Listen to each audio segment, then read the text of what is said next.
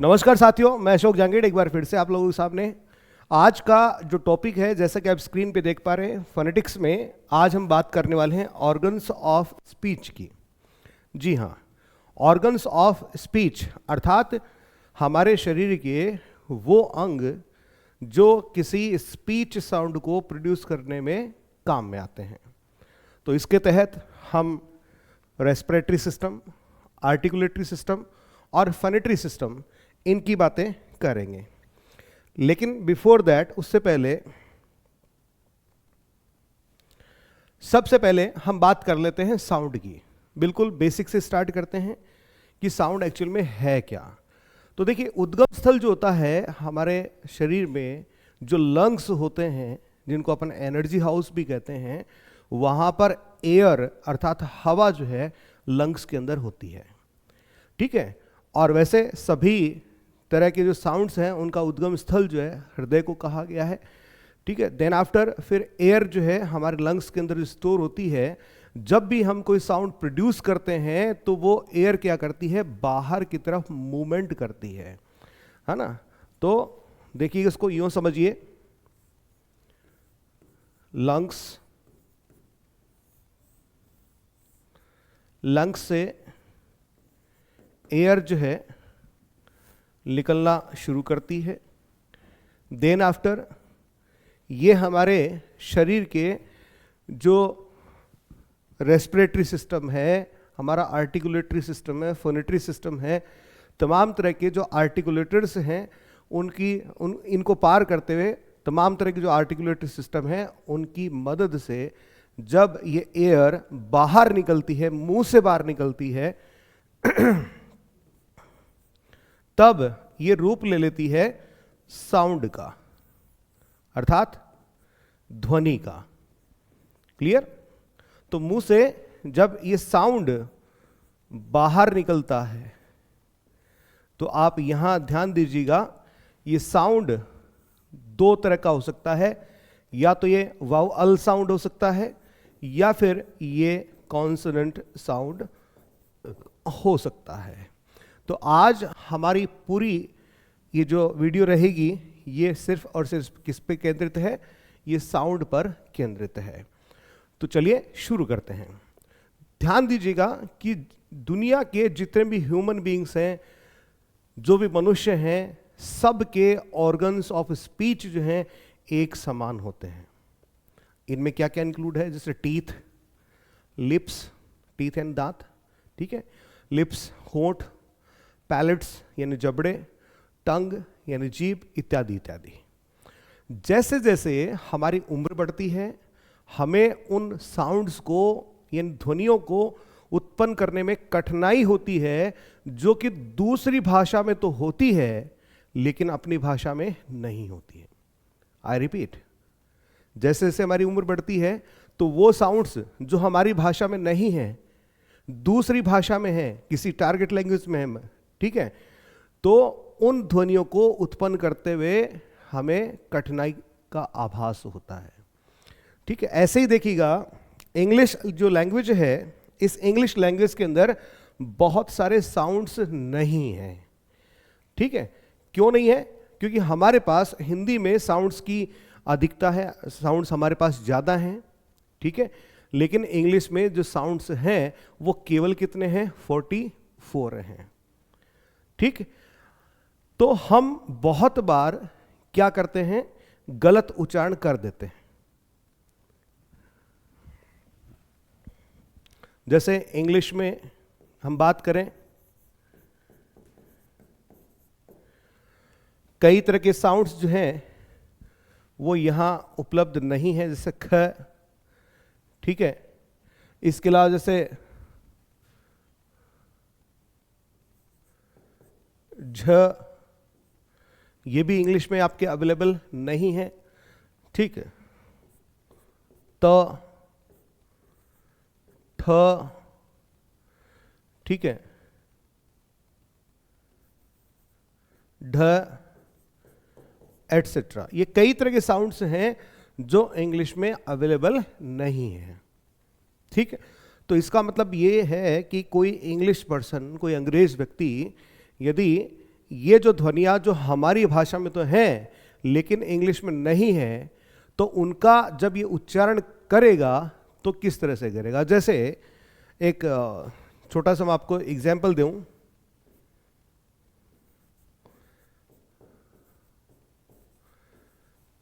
आप जैसे मैंने नाम लिखा, ठीक है, हिंदी में आप इसको पढ़ेंगे तनीषा, लेकिन कोई अंग्रेज व्यक्ति इसको पढ़ते हुए दिक्कत का सामना करेगा, दिक्कत उसको होगी, क्योंकि तय की ध्वनि जो है उनके यहाँ नहीं है। तो फिर उसको कैसे पढ़ेंगे? उस तय का अल्टरनेटिव या सिमिलर जो साउंड है उसको लेकर के आएंगे, उसको ठानीशा, ट, तय की बजाय उसको ट पढ़ने की कोशिश करेंगे, है ना। हमारे साथ भी क्या होता है, कई बार इस तरह की दिक्कतें होती हैं। जैसे मैंने ये लिखा आर, ये ध्वनि जो है किसकी है? रे की ध्वनि है, क्लियर। लेकिन कोई अंग्रेज व्यक्ति जिस अंदाज में रे को बोलता है और कोई हिंदी भाषी व्यक्ति जिस अंदाज में रे को बोलता है, दोनों में क्या होता है? अंतर होता है, ठीक है। ध्वनि तो रे की है, लेकिन हिंदी भाषा में इसका उच्चारण थोड़ा सा अलग प्रकार से होता है और इंग्लिश लैंग्वेज में इसका थोड़ा सा उच्चारण जो है अलग प्रकार से होता है। तो ये जो दिक्कत आती है उच्चारण से संबंधित जिसके मूल में है ध्वनि अर्थात साउंड, तो इस दिक्कत को दूर करने के लिए ही आज जो है अपन इस वीडियो को लेकर के आए हैं। तो याद रखिएगा कि किसी भी विदेशी भाषा में अच्छा प्रोनाउंसिएशन हासिल करने के लिए, प्राप्त करने के लिए बहुत ही कॉन्शियस और बहुत ही अरेंज्ड यानी व्यवस्थित एफर्ट्स की आवश्यकता पड़ती है। और फोनेटिक्स का जो नॉलेज है हमें इसी कार्य में मदद करता है, तो इस चीज को आप ध्यान रखिएगा, ठीक है। तो अभी अपन बात कर रहे हैं किसकी? साउंड्स की बात कर रहे हैं। अगली स्लाइड पे मूव करते हैं। फोनेटिक्स जो है इंग्लिश में, फोनेटिक्स जो है लिंग्विस्टिक्स का एक कंपोनेंट है या लिंग्विस्टिक्स की एक ब्रांच है, इसके बारे में मैं पहले आपको बता चुका हूं। और फोनेटिक्स का जो संबंध है वो स्पीच साउंड्स और उनके आर्टिकुलेशन अर्थात प्रोडक्शन, उनकी ट्रांसमिशन और रिसेप्शन से है। कुछ चीजें लिख देता हूं आपके लिए। फोनेटिक्स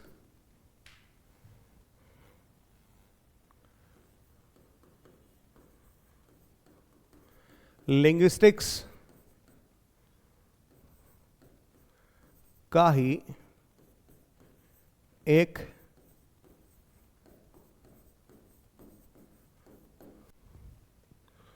कंपोनेंट है।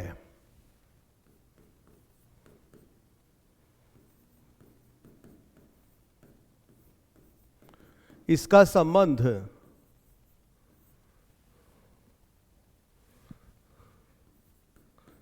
Speech sounds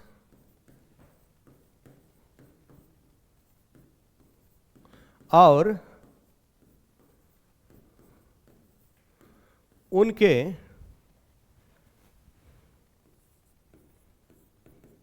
articulation. देखिए आर्टिकुलेशन का मतलब होता है प्रोडक्शन, ठीक है, ट्रांसमिशन तथा रिसेप्शन से है। यानी कोई स्पीच साउंड किस प्रकार से प्रोड्यूस होता है, ठीक, प्रोड्यूस होने के बाद में मुंह से वो ट्रेवल करते हुए, ट्रांसमिट करते हुए आगे तक पहुंचता है, ठीक है, और फिर हम क्या करते हैं, उसको सुनते हैं, रिसीव करते हैं हियरिंग के माध्यम से, कानों के माध्यम से। तो इन सब चीजों को हम पढ़ते हैं किसमें? फोनेटिक्स में। और फोनेटिक्स क्या है? लिंग्विस्टिक्स का ही एक पार्ट है, ब्रांच है, कंपोनेंट है। तो यहां पर हम स्पीच साउंड्स के आर्टिकुलेशन या फिर प्रोडक्शन के बारे में जानेंगे। तो आज के इस वीडियो में हम किसके बारे में जान रहे हैं? स्पीच साउंड्स के आर्टिकुलेशन अर्थात प्रोडक्शन के बारे में। तो ध्यान दीजिए, स्पीच साउंड्स के प्रोडक्शन के लिए लगभग आधे मानव शरीर की आवश्यकता होती है। किसकी आवश्यकता होती है? लगभग आधे मानव शरीर की आवश्यकता होती है, ठीक है, तो ये बिंदु यहां ले लेते हैं।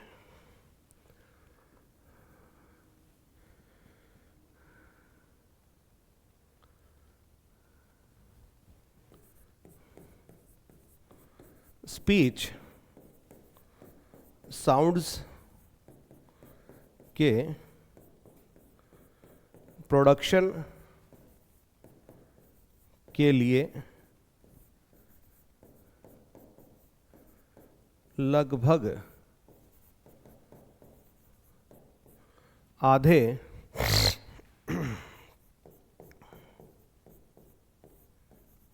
मानव शरीर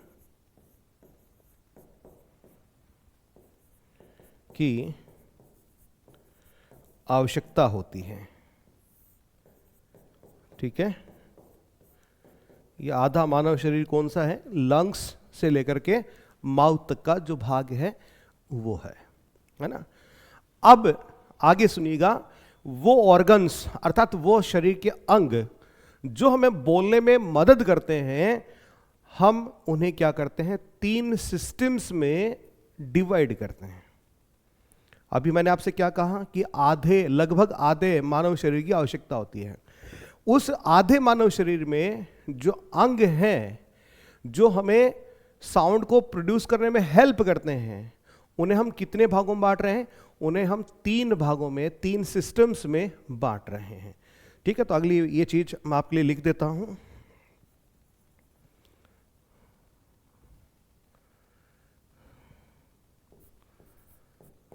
जो ऑर्गन्स हमें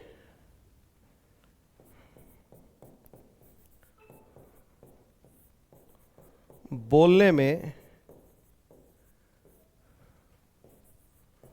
मदद करते हैं, उन्हें हम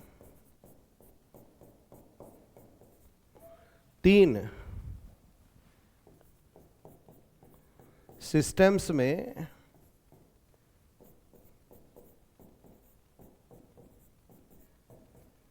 विभाजित करते हैं। ठीक है जी, 3 सिस्टम्स में हम इनको क्या कर देते हैं? डिवाइड कर देते हैं। ये 3 कौन कौन से हैं वो जरा देख लीजिए। पहला है आपका रेस्पिरेटरी सिस्टम,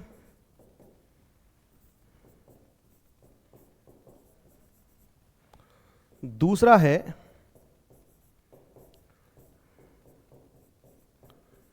आर्टिकुलेटरी सिस्टम,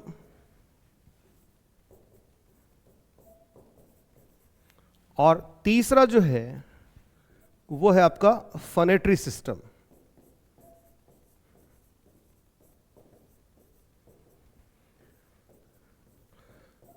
तो मुख्यतया आज की ये जो वीडियो है, आज की जो क्लास है, वो इन 3 सिस्टम्स पर आधारित है।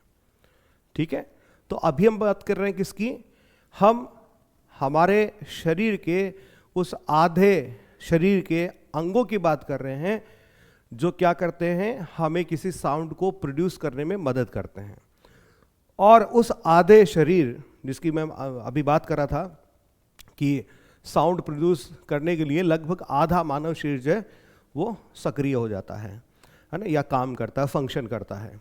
तो वो जो आधा मानव शरीर है ना, उसको हम 3 भागों में बांट के देख रहे हैं। और वो 3 भाग कौन कौन से आपके? रेस्पिरेटरी सिस्टम, आर्टिकुलेटरी सिस्टम और आपका फनेटरी सिस्टम। ये 3 सिस्टम जो है इसमें इन्वॉल्व होते हैं। ठीक है, चलिए, तो सबसे पहले हम बात करेंगे रेस्पिरेटरी सिस्टम की।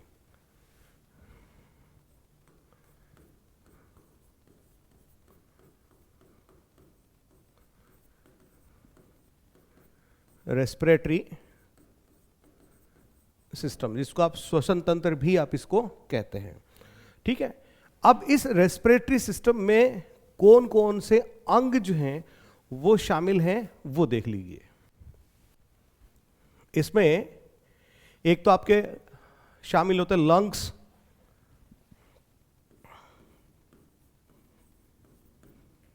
ठीक है। लंग्स का मतलब क्या? एनर्जी हाउस ऑफ साउंड भी आप इसको कह सकते हैं। लंग्स को हम एनर्जी हाउस ऑफ साउंड्स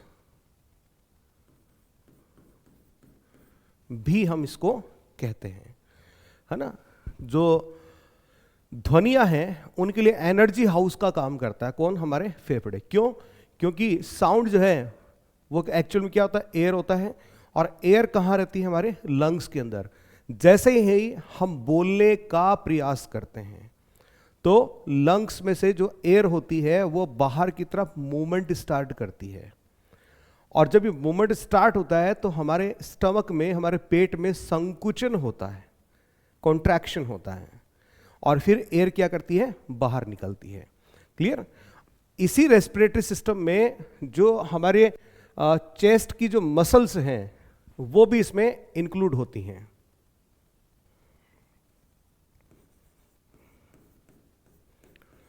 यानी मसल्स ऑफ द चेस्ट, हमारे जो चेस्ट की जो मसल्स हैं वो भी इस काम में क्या करती है? हेल्प करती हैं। इसके अलावा हमारे इस रेस्पिरेटरी सिस्टम का एक और इंपॉर्टेंट पार्ट जो है वो है विंड पाइप। ठीक है, श्वसन नली जो है, जिसको ट्रैकिया भी कहा जाता है। जी हाँ, ट्रैकिया भी हम इसको कहते हैं। इसके अलावा हमारे जो लंग्स होते हैं, उन दोनों लंग्स में जो ट्यूब्स एंटर करती हैं, नलियां एंटर करती हैं, जिनको अपन कहते हैं bronchi.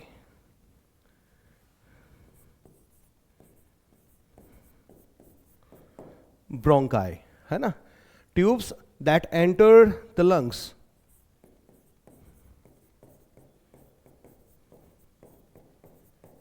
Tubes that enter the lungs. Clear है? तो ये है रेस्पिरेटरी सिस्टम, जिसमें हमारी लंग्स आ गए, मसल्स ऑफ चेस्ट आ गए, विंड पाइप आ गया, ब्रोंकाई हो गए। ये सब मिलकर के क्या करते हैं?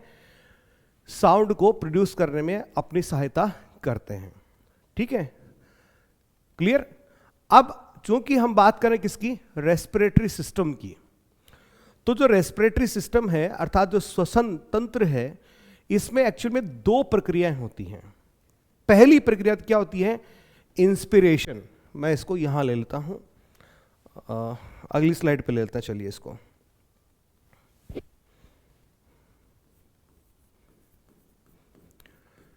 रेस्पिरेशन में दो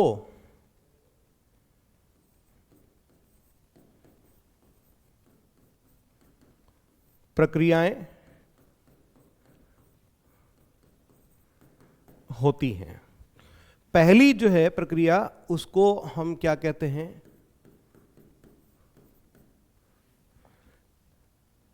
इंस्पिरेशन।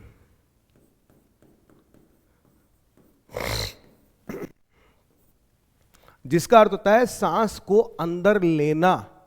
ठीक है, सांस लेने की प्रक्रिया, तो जिसको आप और क्या कह सकते हैं? ब्रीदिंग इन, अर्थात सांस लेना, ये पहली होती है। ठीक है, और जो दूसरी प्रक्रिया जो है उसको हम क्या बोलते हैं? Expiration.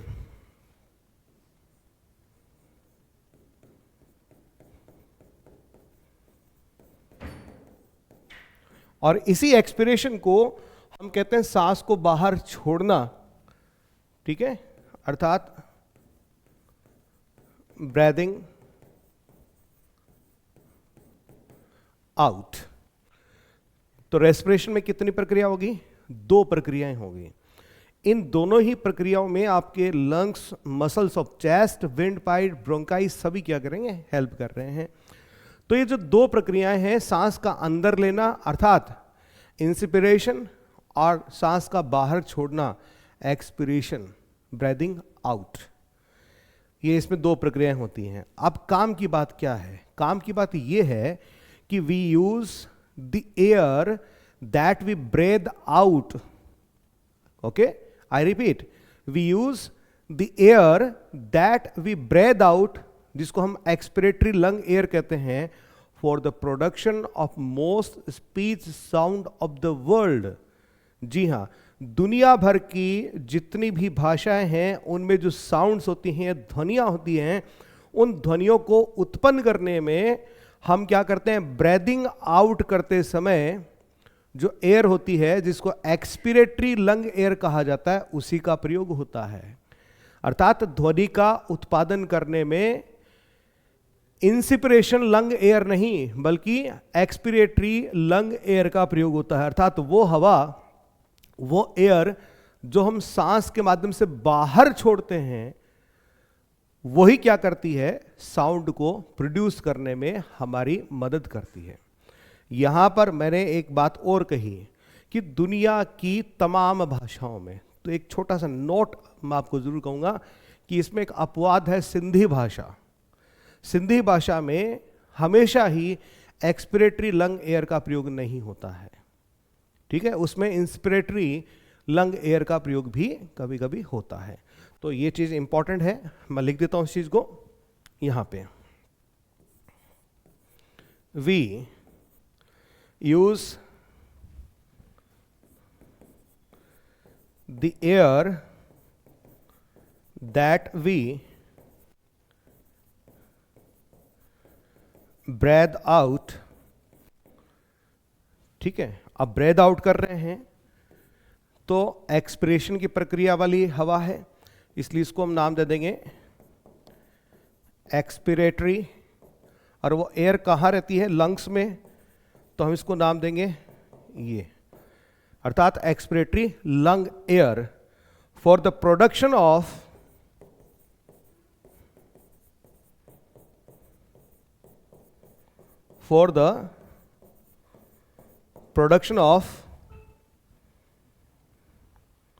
most speech sound of the world.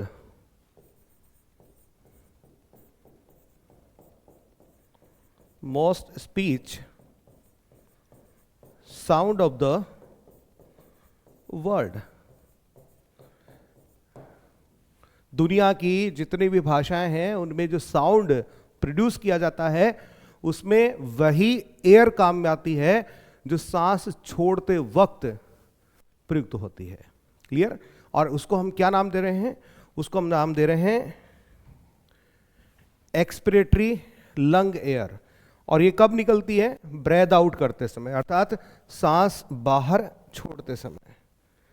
ठीक है, ध्यान रखिएगा इस चीज को।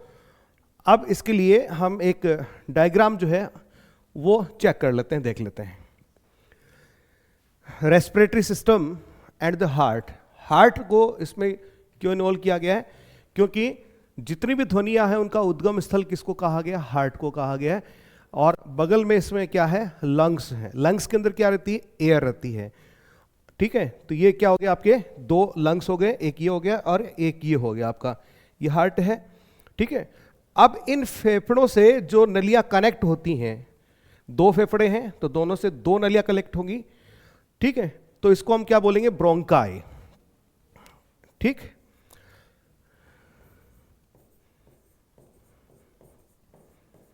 लेकिन एक नली की बात करें तो हम इसको ब्रोंकस कहेंगे, इसका प्लूरल है ब्रोंकाई। ठीक है, फिर ऊपर यहां पर क्या मौजूद है, श्वसन की जो नली है, विंड पाइप जिसको अपन कहते हैं, उसके अंदर स्थित है लैरिंग्स, जिसको हम साउंड बॉक्स भी आप इसको कह सकते हैं। फिर मुंह के अंदर जो ओरल कैविटी है वो, और नासिका, नेसल, और नेसल के पीछे का जो खाली भाग है, नेसल कैविटी है। ये सारी चीजें जो हैं किसमें शामिल होती हैं, आपके रेस्पिरेटरी सिस्टम में। ठीक है, ओरल कैविटी, क्योंकि कई बार क्या होता है, अपन मुंह से भी सांस लेते हैं भाई, नाक से भी लेते हैं और मुंह से भी लेते हैं, तो ये भी क्या है, इसी रेस्पिरेटरी सिस्टम का एक पार्ट है। ध्यान रखिएगा इस चीज को। क्लियर? चलिए, दूसरा हम इसके बाद में बात करेंगे आर्टिकुलेटरी सिस्टम की।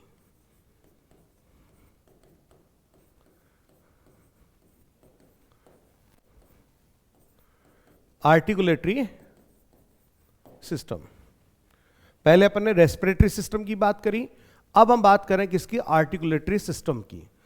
तो शरीर के अंदर कोई भी ऑर्गन जो साउंड को प्रोड्यूस करता है वो किस में शामिल होता है? आर्टिकुलेटरी सिस्टम में शामिल होता है, क्योंकि आर्टिकुलेटरी शब्द जो है उसका मतलब ही क्या है? प्रोडक्शन से संबंधित, और यहां पर प्रोडक्शन किसका है? साउंड का है।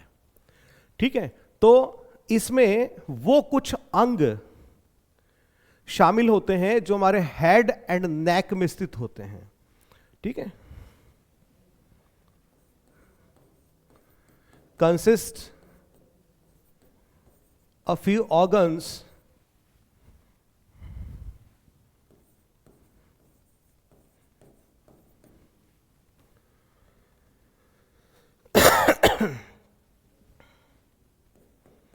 in our head and neck, throat भी आप कह सकते हैं। ठीक है, अब ये ऑर्गन्स जो हैं ये क्या कहलाते हैं? ऑर्गन्स ऑफ स्पीच कहलाते हैं। इन ऑर्गन्स में क्या क्या इंक्लूड होते हैं? इसमें हमारे लिप्स हैं, टीथ हैं, टंग हैं, पैलेट हैं। क्लियर? इसमें क्या क्या इन्वॉल्व हो गए अपने? लिप्स,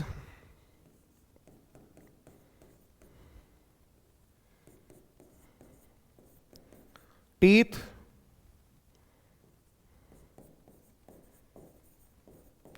टंग और पैलेट, अर्थात हमारे जबड़े जो हैं वो इसमें इंक्लूड हो गए।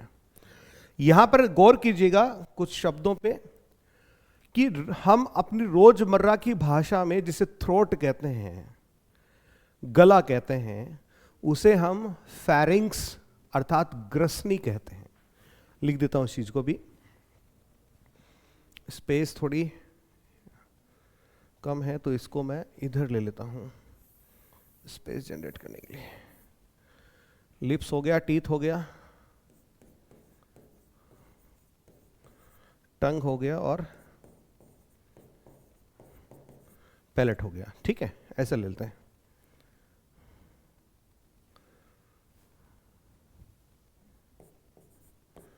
तो जिसे हम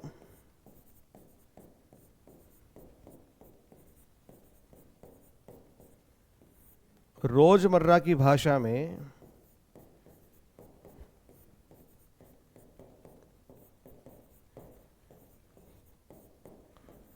थ्रोट कहते हैं,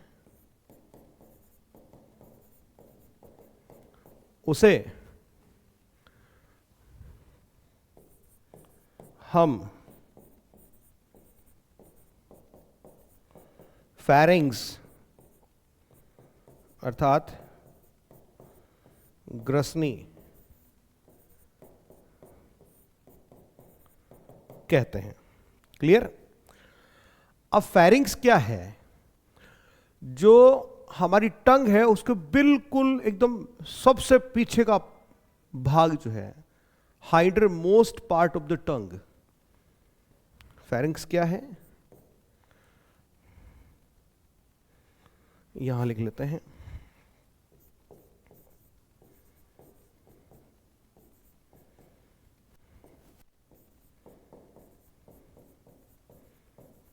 hindermost part of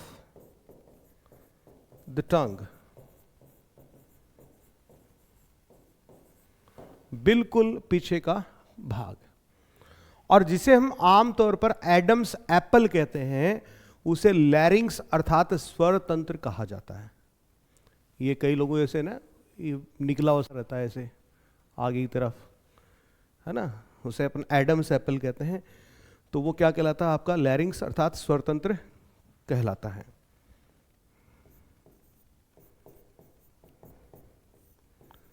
जिसे हम आम तौर पर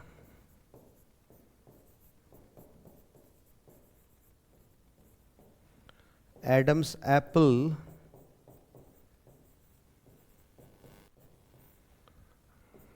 कहते हैं, वह लैरिंग्स यानी स्वर तंत्र कहलाता है। इसे वॉइस बॉक्स भी कहते हैं। ठीक है। जैसे ये देखिएगा ऑर्गन्स ऑफ स्पीच में रूफ ऑफ द माउथ, इसको आप देख पा रहे हैं यहां पे, रूफ ऑफ द माउथ। फिर टंग हमारी जीभ है, लैरिंग्स यहां, बिल्कुल यहां एडम्स एप्पल जो होता है, ठीक है, वो लैरिंग्स है। फिर हमारे जो नाक है उनके पीछे का जो खाली भाग है वो नेसल कैविटी कहलाता है।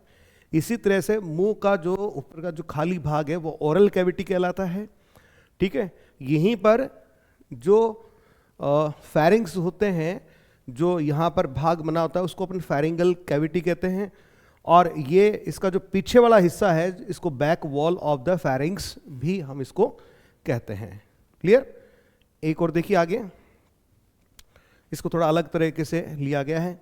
जैसे ये अपना फेरिंग्स है, नेसल कैविटी है, नाक के पीछे का खाली भाग, ठीक है, ये मुंह का खाली भाग हो गया, अपना ओरल कैविटी हो गया, ये यहाँ पर एडम्स एप्पल लैरिंग्स हो गया। ठीक है। अब देखिए ये क्या है अपने टीथ। ठीक, यहां देखिएगा रूफ ऑफ द माउथ के अंदर क्या क्या स्थित है। ये रूफ ऑफ द माउथ है, उसका टीथ रिज, ये रही टीथ रिज नंबर 1। ठीक है, ये वाला नंबर 1 ये रहा टीथ रिज। ठीक है, ये लीजिए टीथ रिज हो गया, ये रहा यहां पे स्थित है। ठीक। फिर इसके बाद में हार्ड पैलेट। हार्ड पैलेट मतलब जब आप जीभ को थोड़ा ऊपर लेकर के जाते हैं, धारी धारी से बनी पड़ी है ऊपर की जबड़े की तरफ, that is called hard palate. फिर उसके बाद वेलम और सॉफ्ट पैलेट। फिर जीभ को आप पीछे की तरफ लेके जाएं तो आपको लगता है ये हार्ड नहीं है, ऊपर छत का जो मुंह का जो छत है उसका जो पार्ट है वो हार्ड नहीं है, वो सॉफ्ट पार्ट है। उसी सॉफ्ट पार्ट को वेलम कहा गया है। ठीक है। और फिर बिल्कुल एकदम मुंह अपन पूरा वाइड ओपन कर लेते हैं, पूरा खोल लेते हैं, तो बीच में एक छोटा सा कुछ लटकता रहता है, उसको अपन यूवला कहते हैं। क्लियर। तो यह सारी चीजें आप यहां पे देख पा रहे हैं। टंग के भी पार्ट है, टिप है, ब्लेड है, फ्रंट है, सेंटर है, बैक है, रूट है। ये क्या है? ये पार्ट ऑफ द टंग है। क्लियर। और ये सब क्या करते हैं? ये आर्टिकुलेटरी सिस्टम के तौर पे काम करते हैं साउंड को प्रोड्यूस करने में। डिफरेंट डिफरेंट कॉम्बिनेशंस के साथ में ये डिफरेंट डिफरेंट साउंड्स को प्रोड्यूस करते हैं। क्लियर है। चलिए अब इसके बाद में नंबर 3 पे हम लेते हैं phonatory system.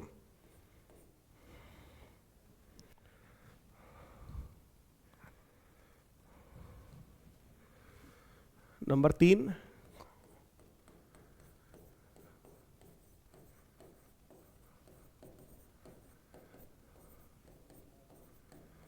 Phonatory system. Phonatory system यानी ध्वनि से जुड़ा हुआ है। फोनेटरी सिस्टम को हम लैरिंग्स या वॉइस बॉक्स के तौर पे भी जानते हैं। ठीक है। यानी फोनेटरी सिस्टम को आप क्या बोल सकते हैं? लैरिंग्स कह सकते हैं और वॉइस बॉक्स भी आप इसको कह सकते हैं, जहां पर साउंड को प्रोड्यूस किया जाता है, अर्थात स्वर तंत्र, अर्थात स्वर को उत्पन्न करने वाला तंत्र, वॉइस बॉक्स भी हम इसको कहते हैं। और इसमें आपके लैरिंग्स के अलावा आपके वोकल फोल्ड्स को ही आप वोकल कॉर्ड्स कहते हैं। तो फोनेटरी सिस्टम में 2 चीजें इंक्लूड होती हैं, लैरिंग्स और वोकल फोल्ड्स। क्लियर। और ये जो स्पेस है वोकल कॉर्ड्स के बीच में, उस स्पेस को हम ग्लोटिस कहते हैं। ये भी थोड़ा ध्यान दीजिएगा।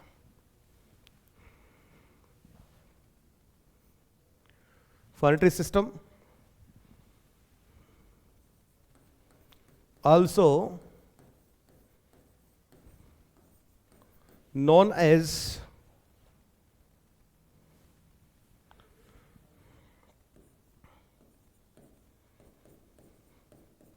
लैरिंग्स। इसे हम लैरिंग्स, ठीक है, या फिर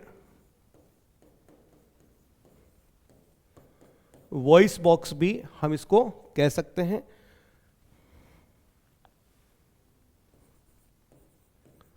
where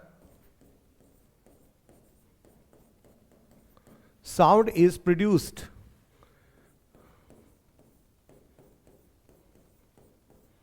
Sound is produced. Clear? तो फोनेटरी सिस्टम, इसमें क्या क्या शामिल है आपके? लैरिंग्स हो गया, दूसरा वोकल फोल्ड्स, जिसे आप वोकल कॉर्ड्स नाम से भी जानते हैं, ये चीजें इसमें इंक्लूड हो गई। और वोकल कॉर्ड्स के बीच में जो जगह होती है, स्पेस होती है, उसको हम कहते हैं glottis.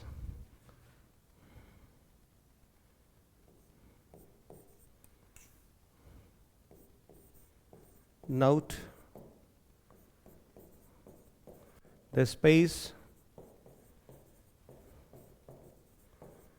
between the vocal cords is called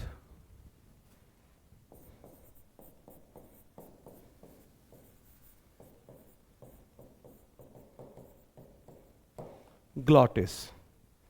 ठीक है, इसको हम क्या कहेंगे? ग्लॉटिस कहेंगे। क्लियर? और ये क्या करते हैं? साउंड को प्रोड्यूस करने में मदद करते हैं। अब ध्यान से सुनिएगा, फोनेटरी सिस्टम के बारे में अपन बात कर रहे हैं। जैसे नॉर्मल अपन ब्रीदिंग करते हैं, तो नॉर्मल ब्रीदिंग के दौरान वोकल कॉर्ड्स, जिसको आप हिंदी में स्वर रज्जु भी कहते हैं, एक दूसरे से बहुत दूर चले जाते हैं। ठीक है, यानी ये लिप लाइक स्ट्रक्चर होता है। जैसे हमारे होठ होते हैं, वैसे एक स्ट्रक्चर होता है हमारे यहाँ पे, जो लैरिंग्स कहलाते, सॉरी, जो आपके वोकल कॉर्ड्स कहलाते हैं। और जब अपन सांस लेते हैं, छोड़ते हैं, अर्थात नॉर्मल ब्रीदिंग करते हैं अपन, तो उसमें हमारे जो वोकल कॉर्ड्स हैं, अर्थात ये स्वर रज्जु जो हैं, एक दूसरे से दूर चले जाते हैं, अर्थात मुंह खुल जाता है। और इसीलिए ग्लॉटिस जो है चौड़ा खुला हुआ होता है, वाइड ओपन हो जाता है। And the same thing happens जब हम कुछ सर्टन स्पीच साउंड्स को प्रोड्यूस करते हैं। ठीक है, जब अपन क्या कर रहे हैं? स्पीच साउंड्स को प्रोड्यूस कर रहे हैं, ग्लोटिस खुला हुआ है और वो स्पीच साउंड्स मुंह से बाहर निकल रहे हैं, तो वो कहलाते हैं वॉइसलेस साउंड्स। कौन से साउंड्स कहलाते हैं? वॉइसलेस साउंड्स कहलाते हैं, क्योंकि तब यहां पर वोकल कॉर्ड्स में कोई वाइब्रेशन नहीं होता है, ग्लोटिस खुल जाता है, वोकल कॉर्ड्स एक दूसरे से दूर हट जाते हैं, वो लिप लाइक स्ट्रक्चर, होठों जैसी आकृति जो खुल जाती है, अर्थात ग्लोटिस ओपन हो जाता है, खुल जाता है, और एयर जो है सीधी बाहर मूव कर जाती है without producing any sort of vibration in the vocal cords. तो फिर इस तरह की जो ध्वनि जो होती है, साउंड जो होती है, वो वॉइसलेस साउंड्स कहलाती है। ठीक है, और इसी प्रकार से जब हम कुछ स्पीच साउंड्स का प्रोनाउंसिएशन करते हैं, उच्चारण करते हैं, और वोकल कॉर्ड्स एक दूसरे के करीब आ जाते हैं, अर्थात ग्लोटिस जो है थोड़ा बंद हो जाता है। क्लियर?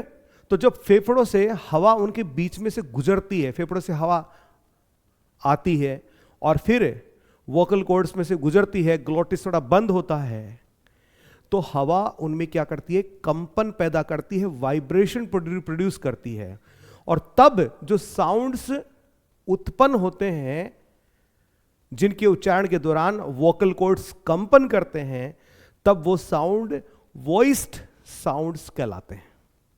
बहुत ही सिंपल सी मैंने डेफिनेशन दी आपको वॉइसलेस एंड वॉइस्ड साउंड्स की। इस चीज को मैं लिख देता हूं, हालांकि इसके बारे में हम आगे विस्तार से चर्चा करेंगे। ठीक है, तो अगली स्लाइड पे मैं ले चलता हूं आपको। ध्यान दीजिएगा कि फोनेटरी सिस्टम में क्या होता है। नॉर्मल ब्रीदिंग जब हम कर रहे होते हैं, नॉर्मल ब्रीदिंग के दौरान, जब हम सामान्यतः ब्रीदिंग कर रहे हैं,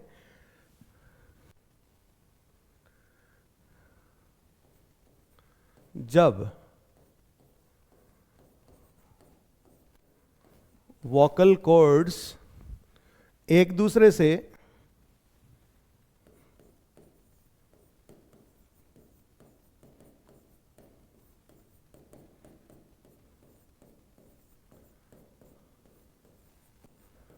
बहुत दूर चले जाते हैं,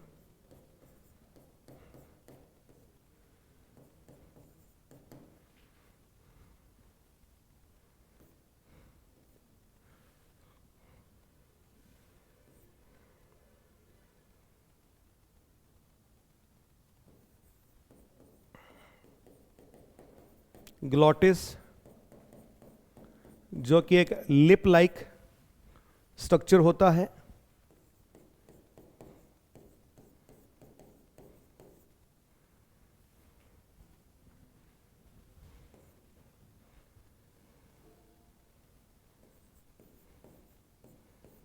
पूरा खुल जाता है।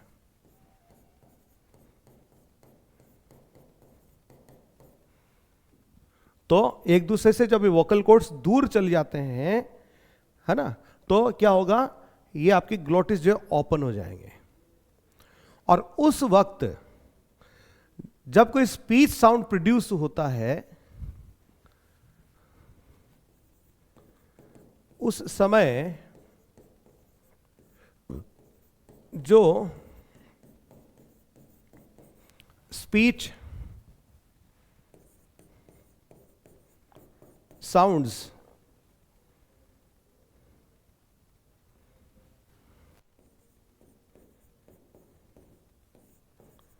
उत्पन्न होते हैं, वो बिना वाइब्रेशन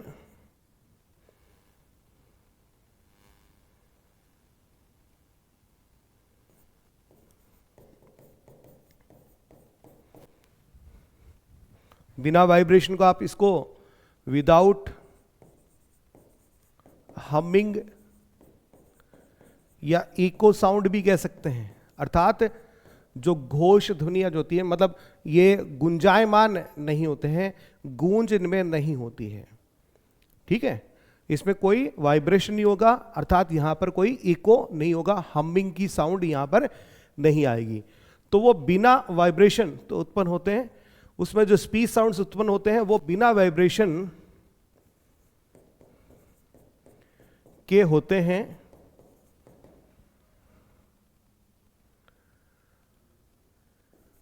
और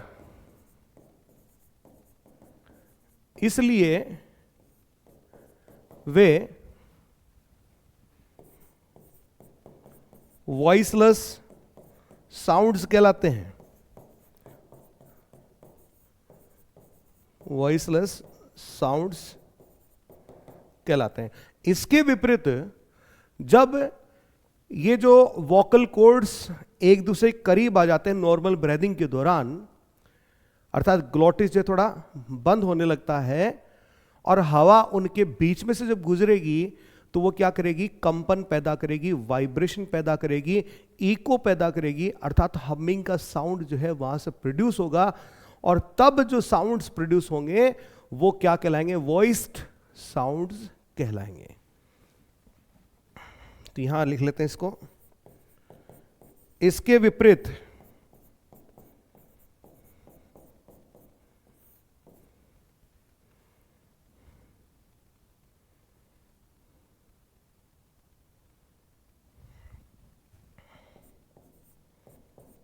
जब वोकल कॉर्ड्स में से निकलने वाली एयर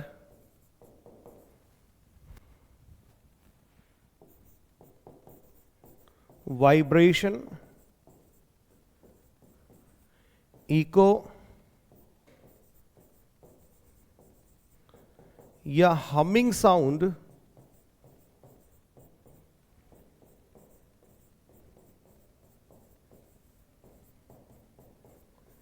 प्रोड्यूस करती है,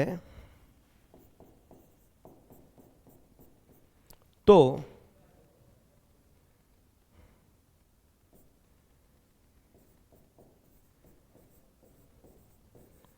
वे साउंड्स वॉइस्ड साउंड्स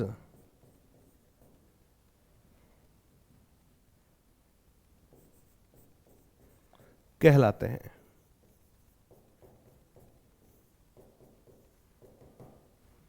ठीक है, क्या कहलाएंगे? वॉइस्ड साउंड्स कहलाएंगे।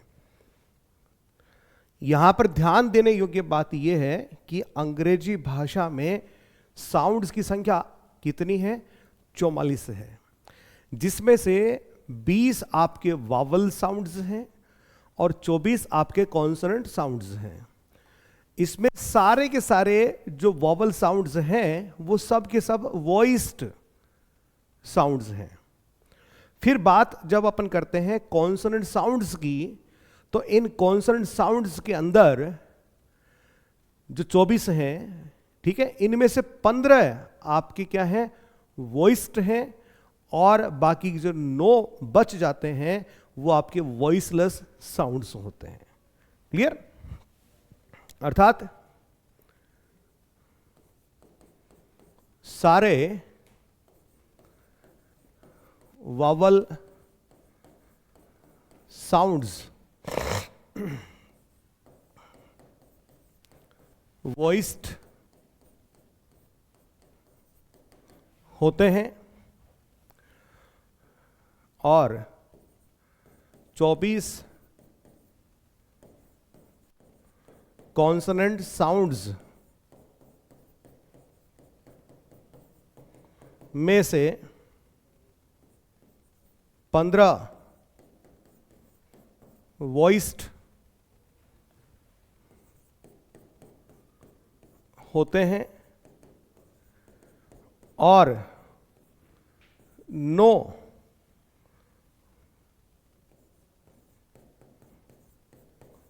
वॉइसलेस साउंड्स होते हैं। याद रखिएगा इस चीज को, ठीक है, याद इनको रखना काफी आसान है। ये जो आपके 9 वॉइसलेस साउंड्स हैं, ठीक है, आप इनको बहुत ही आसानी से याद रख सकते हैं। जब मैं इनका स्पीच साउंड का क्लासिफिकेशन करूंगा तब और भी अपन डिटेल में इनके बारे में चर्चा करेंगे। फिलहाल बस इतना लिख देता हूं कि ये 9 कौन कौन से हैं, इसको आप ऐसे याद रखें। प, ट, क, च, फ, थ, श, स और है। इनको आप चाहें तो आप ऐसे याद रख लीजिए। पटक, चपथ, जैसे चपत लगाता है कोई किसी के, तो इसको चपत की बजाय चपथ, है ना, और इसको श, स है, ऐसे आप इसको याद रख सकते हैं। तो इनके बारे में चर्चाएं यहीं पर समाप्त नहीं हुई हैं, इनके बारे में हम आगे और अगले वीडियो में अलग से विस्तार से हम इन पे चर्चा करेंगे। ठीक है, और इनके जितने भी एस्पेक्ट्स हैं सबको अपन एक साथ यहाँ पर टच करेंगे इनको। क्लियर? तो आज के इस वीडियो में हमने ये जाना है कि ऑर्गन्स ऑफ स्पीच जो हैं वो क्या हैं। अर्थात ऑर्गन्स ऑफ स्पीच शरीर के वो अंग हैं जो किसी साउंड को प्रोड्यूस करने में काम करते हैं, फंक्शन करते हैं। हमने क्या किया, अपनी सुविधा के लिए इन अंगों को 3 भागों में बांट करके इनका अध्ययन किया। 3 पार्ट में हमने इनको बांट दिया, 3 सिस्टम्स में हमने इनको बांट दिया। पहला रेस्पिरेटरी सिस्टम, ठीक है, रेस्पिरेटरी सिस्टम के अंदर आपके lungs, muscles of chest, wind pipe और ब्रोंकाई इंक्लूड थे। फिर हमने इसको आर्टिकुलेटरी सिस्टम में बांटा, जहां पर हेड एंड नेक और उसमें स्थित lips, teeth, tongue and palate इसमें इन्वॉल्व था। फिर हमने इसको फोनेटरी सिस्टम में इसको बांट दिया, जिसमें लैरिंग्स और वोकल फोल्ड्स इंक्लूड थे। यानी ओवरऑल जो आज हमने पढ़ा वो कुछ इस तरह से था कि हमने यहां पर क्या किया, ऑर्गन्स ऑफ स्पीच इनको लिया, इन ऑर्गन्स ऑफ स्पीच को हमने 3 सिस्टम्स में हमने इनको डिवाइड किया। क्लियर? वो 3 सिस्टम्स कौन कौन से हैं?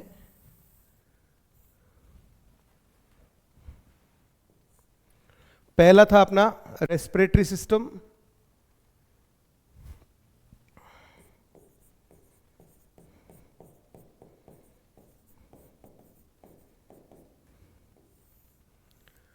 इस रेस्पिरेटरी सिस्टम में हमारे पास lungs, muscles of chest,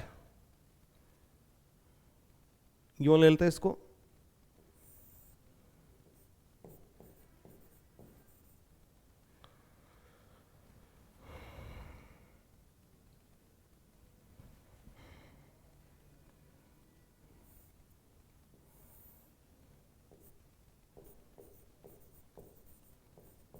lungs,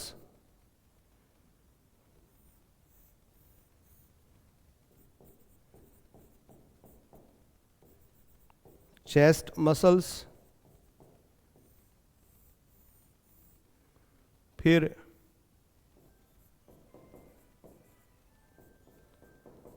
wind pipe,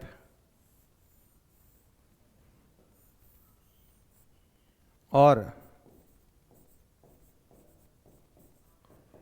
bronchi, इनको अपन ने शामिल किया।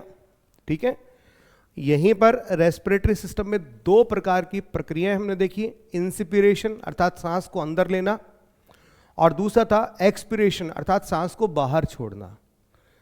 तो सांस को बाहर छोड़ते समय जो एयर निकलती है, जिसको हम अपन एक्सपिरेटरी लंग एयर कहते हैं, अर्थात सांस को बाहर छोड़ना होता है, उसी के माध्यम से साउंड्स प्रोड्यूस होते हैं। कभी भी सांस अंदर लेते समय जो लंग एयर होती है उसमें साउंड प्रोड्यूस नहीं होते हैं।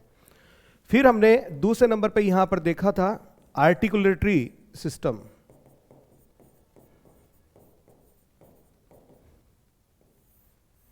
आर्टिकुलेटरी सिस्टम, इस आर्टिकुलेटरी सिस्टम में जो हमारे हेड एंड नेक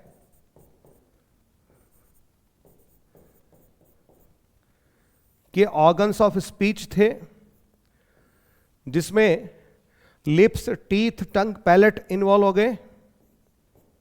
लिप्स हो गए,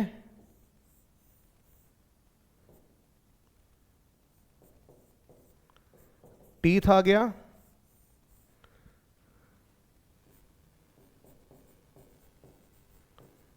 टंग हो गया, और हमारे पैलेट, इन जबड़े इसमें आ गए। ठीक है, जबड़े में से देखिए जो ऊपर का जबड़ा है, नीचे का जबड़ा है, हमेशा नीचे का जो जबड़ा है वही क्या रहता है, एक्टिव रहता है। ऊपर का जबड़ा हमेशा पैसिव रहेगा। क्लियर? या फिर इसको आप यूं भी समझ सकते हैं कि जो नीचे का जो जबड़ा है और उसके अंदर जो अंग हैं मौजूद, लिप्स हैं आपके नीचे वाले, ये लिप्स, ठीक है, टंग है, ये सब नीचे वाले जबड़े से जुड़े हुए हैं और यही एक्टिव आर्टिकुलेटर्स होते हैं। ऊपर वाले जबड़े से रिलेटेड जो है अंग जितने भी हैं वो लगभग क्या रहते हैं आपके, वो पैसिव आर्टिकुलेटर्स के तौर पे पड़े रहते हैं। ठीक है, इसके अलावा फिर अपन ने देखा फनेटरी सिस्टम। अंत में हमने कौन सा सिस्टम देखा?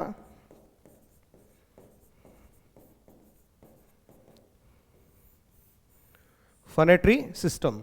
और इस फनेटरी सिस्टम में हमारे पास मोटे तौर पे 2 चीजें थी। एक तो आपका लैरिंग्स, जिसको अपन वॉइस बॉक्स भी कहते हैं, और दूसरे आपके वोकल कॉर्ड्स कह लीजिए, या वोकल फोल्ड्स, आप वोकल कॉर्ड्स या वोकल फोल्ड्स, जो आपकी मर्जी हो वो इसको आप नाम दे दीजिए। ठीक है, तो आज इस क्लास में अपन ने ऑर्गन्स ऑफ स्पीच को देखा है, जिसमें हमने 3 सिस्टम के तौर पे इसको डिवाइड किया, respiratory, articulatory and फनेटरी। Respiratory system में लंग्स, मसल्स हैं हमारी चेस्ट की, वो विंड पाइप और ब्रोंकाई इंक्लूड हैं। 2 तरह की श्वसन की प्रक्रियाएं होती है, सांस का अंदर लेना, सांस का बाहर छोड़ना। ठीक है, ध्वनियां जो है बाहर छोड़ते समय जो सांस होती है उसी से साउंड प्रोड्यूस होती है, ध्वनि उत्पन्न होती है। आर्टिकुलेटरी में हेड एंड नेक में जो स्थित हैं, लिप्स हैं, टीथ है, टंग है, पैलेट्स हैं, वो इसमें आ जाते हैं। और फेनेटरी सिस्टम जो है, जिसको अपन लैरिंग्स भी कहते हैं, तो इसमें आपके लैरिंग्स और वोकल कॉर्ड्स ये दोनों इंक्लूड होते हैं। तो दोस्तों, उम्मीद करता हूं आज की जो क्लास है ये आपको समझ में आया होगा। बहुत सरल भाषा में मैंने आपको इनको समझाने की कोशिश करी है।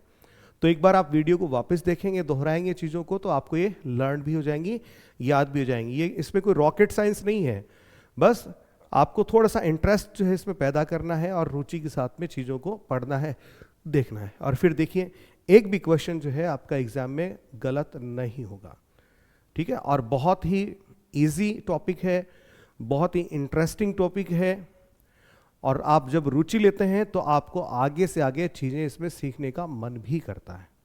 और सबसे बड़ी बात, आपको सही उच्चारण सीखने को यहाँ पर मिलता है, ठीक है, जो आपकी पर्सनैलिटी को डेवलप करता है। तो चलिए, अगले वीडियो में आप लोगों से फिर से मुलाकात करूँगा। तब तक के लिए मुझे यानी अशोक जांगिड़ को इजाज़त दीजिए। फिर से मिलते हैं, तब तक के लिए धन्यवाद। Thank you.